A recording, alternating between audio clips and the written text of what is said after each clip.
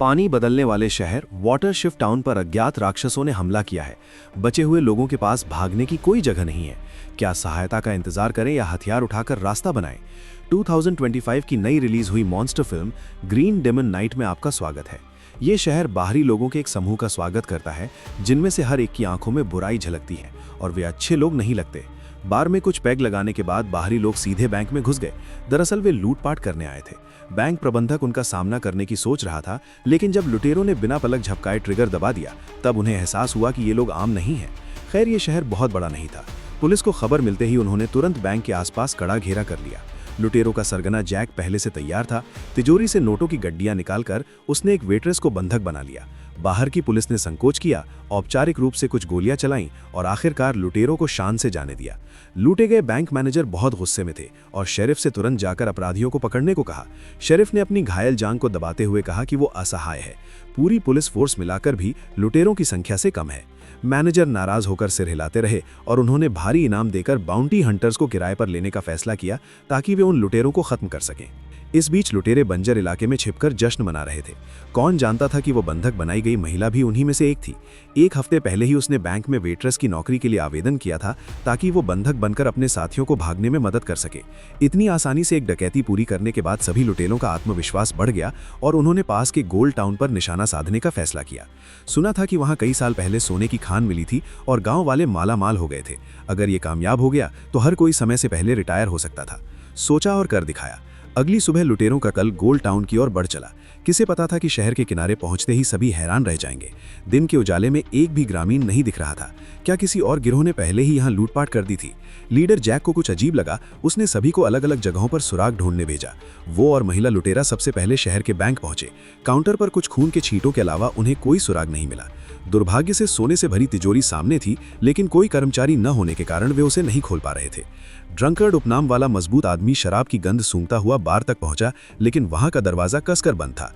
उसने उत्सुकतावश इधर उधर देखा और शायद दूसरी मंजिल पर कोई जिंदा इंसान छिपा हुआ था। वो धीरे धीरे ऊपर चढ़ गया। इस बीच मूंछों वाला लुटेरा अकेला चर्च पहुंचा। वहां भी कोई नहीं था, सिर्फ दान पेटी में कुछ बचे हुए सिक्के पड़े थे। जाहिर था कि शहर के लोगों के साथ कुछ अचानक हुआ था। इसी समय बाहर बंधे घोड़े डर गए, कुछ हिनहिनाए और रस्सियां तोड़कर भाग निकले। मूंछों वाला लुटेरा संयोग से चर्च के पीछे के दरवाजे से निकला और उसने कई भरे नहीं हुए कब्र देखे। वो हैरान था, तभी एक डरावनी आकृति अचानक निकल कर आई और उसे घसीटकर कब्र में ले गई। जैक को जल्द ही कुछ गड़बड़ महसूस हुई। उसने आसमान में कई गोलियां चलाकर अपने साथियों को इकट्ठा करने की कोशिश की, लेकिन इससे बार में छिपे ग्रामीणों का ध्यान गया। सभी को कुछ समझ आने से पहले ही कई मानवाकार राक्षस बाहर आ गए। जैक तुरंत अपने साथियों को लेकर बार के अंदर भागा और अंदर कई ग्रामीण बैठे हुए थे। मेयर ने बताया कि कुछ दिन पहले शहर पर मानवाकार राक्षसों ने हमला किया था। बहुत से ग्रामीण मारे गए थे। उसने बहुत मेहनत से बचे हुए ग्रामीणों को बार में लाकर शरण दिलाई थी। जैक और उसके साथी हैरान थे। वे लूटपाट करने आए थे और यहाँ ये मुसीबत आ गई। उसे उत्सुकता थी कि ये राक्षस आखिर आए कहाँ से हैं। मेयर ने सिर हिलाया। वे राक्षस जैसे हवा से प्रकट हुए थे। सच्चाई जानने वाला इकलौता इंसान खनिक ही हो सकता है। कुछ दिन पहले वो खान से भाग कर आया था और चिल्लाता हुआ कह रहा था कि राक्षस आ गए हैं, फिर बेहोश हो गया। अब वो दूसरी मंजिल पर आराम कर रहा है। इसी समय लुटेरा ड्रंकर्ड दूसरी मंजिल पर ही था। उसे नहीं पता था कि वहां कई सुंदर महिलाएं रहती थीं। शायद ये आमतौर पर ग्राहकों को सेवा देने की जगह थी। अब उसकी बॉस के पास वापस जाने की कोई इच्छा नहीं थी। उसने वहीं एक रात आराम से गुजारने का फैसला किया। इसी समय बाहर से सहायता की जोरदार पुकार सुनाई दी। मेयर ने अनुमान लगाया कि बाहर अभी भी बचे हुए लोग हैं और शेरिफ को तुरंत बाहर जाकर बचाने के लिए कहा। शेरिफ इतना डर गया कि उसके पैर कांपने लगे। क्या अब बाहर जाना मौत को दावत देना नहीं होगा? लेकिन वो सबके तिरस्कार भरे नजरों को बर्दाश्त नहीं कर पाया और डिप्टी शेरिफ और एक कर्मचारी को बाहर जाकर देखने भेज दिया। दोनों के बार से बाहर निकलते ही उन पर ढेर सारे राक्षसों ने हमला कर दिया। डिप्टी शेरिफ एक मोड़ लेकर पुलिस स्टेशन में घुस गया। उसे नहीं पता था कि वहां कुछ अपराधी भी बंद थे। उसने उन्हें दिलासा दिया कि कम से कम ये शहर की सबसे सुरक्षित जगह थी। लेकिन अपराधियों ने कहाँ माना। उन्होंने हथियार उठाकर राक्षसों से लड़ना पसंद किया। डिप्टी शेरिफ ने चेतावनी दी कि ये मूर्खता है। कुछ दिन पहले राक्षसों से निपटने के लिए उनकी गोलियां लगभग खत्म हो गई थीं और दूसरों को देने के लिए कोई अतिरिक्त हथियार नहीं थे। ये कहकर वो पुलिस स्टेशन से बाहर निकल गया। लेकिन कुछ कदम चलने के बाद ही उसे फिर से वे डरावने राक्षस मिल गए। खैर, उसके साथी ने समय रहते मदद की और दोनों लड़ते लड़ते वापस बार के दरवाजे तक पहुंच गए। निर्णायक क्षण में उनकी गोलियां खत्म हो गईं। अंदर के लोग मदद करना चाहते थे लेकिन देर हो चुकी थी। उन्हें बस देखते रहना पड़ा कि दोनों को राक्षसों ने मार डाला। राक्षसों का डर फिर से देखकर सभी का हौसला डगमगाने लगा। महिला लुटेरे ने सुझाव दिया कि सभी को मिलकर बाहर भागना चाहिए, यहां रहने से सब मर जाएंगे। कैमरा वुमन अन्ना ने सिर हिलाया, बस सुबह होने तक इंतजार करो, वे राक्षस चले जाएंगे। महिला लुटेरे को अभी भी संदेह था, क्या हो अगर वे अचानक अंदर घुस आए। बस यही कहा था कि एक राक्षस ने खिड़की तोड़कर अंदर कूदा। बार में अफरा तफरी मच गई। शरीफ ने तुरंत गोली चलाई लेकिन उसके मूर्ख साथियों ने सामने का दरवाजा खोलकर भागने की कोशिश की। जैसे जैसे अंदर आने वाले राक्षसों की संख्या बढ़ती गई, आखिरकार जैक ने अपने लुटेरों के साथ मिलकर लड़ाई शुरू की और स्थिति पर काबू पाया। लेकिन तभी राक्षस दूसरी मंजिल से भी अंदर आ गए। वहां सिर्फ ड्रंकर्ड एक आदमी था और जल्द ही वो थक गया।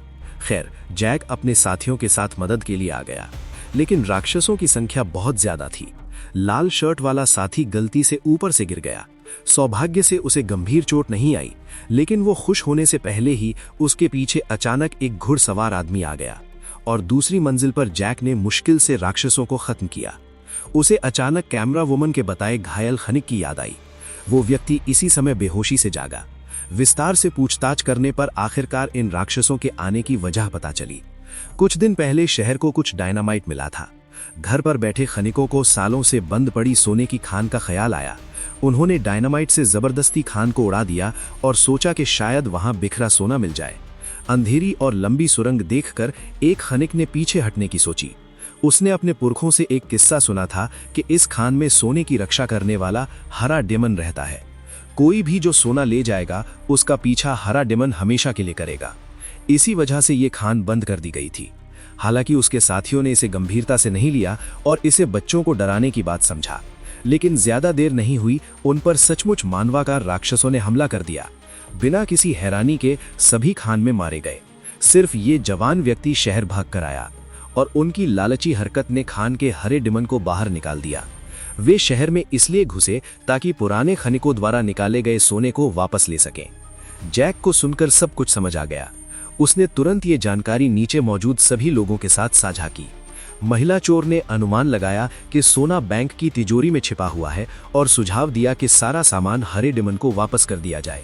लेकिन कैमरा वुमन अन्ना ने कहा कि तिजोरी खोलने वाले सभी लोग मर चुके हैं। महिला चोर ने पहले ही एक योजना बना ली थी। क्या तुम्हारे पास अभी भी कुछ डायनामाइट बचा है? तिजोरी को जबरदस्ती उड़ा दो।